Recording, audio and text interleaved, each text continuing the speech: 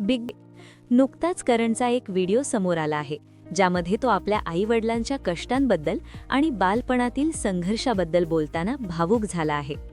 Garden एरियामध्ये दीपाली सय्यद आणि ओमकार राऊत यांच्याशी संवाद साधताना करणने त्याच्या दुबई सहलीच्या आठवणींना उजाळा दिला.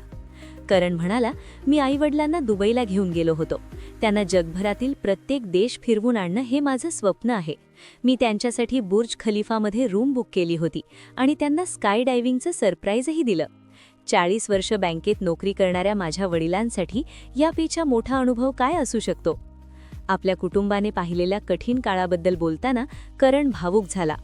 त्याने सांगितले की मला लहानपणापासून एक ट्रॉमा आहे. मी माझ्या वडिलांना पाहिले की जेव्हा घरी लोक पैसे मागायला यायचे तेव्हा त्यांना लपावं लागायचे. ती परिस्थिती मी अनुभवली आहे. त्यामुळेच आता मला त्यांना कोणतीही कमतरता भासू द्यायची नाहीये. आता पण मी पप्पांना काय प्रॉब्लेम होतो, पैसे मागायला घरी यायचे माणसं तर पप्पा लपायचे, पण मला ते कळून नाही द्यायचं. सो माझ्या मनात आणि मला वाटतं तुमच्या मनात पण ते असेल की आपल्या मुलाला जे पाहिजे ना ते सगळं देऊ. ते बोलतात ना की पैसा खुशिया नाही लेता. भाई मला असं नाही वाटत.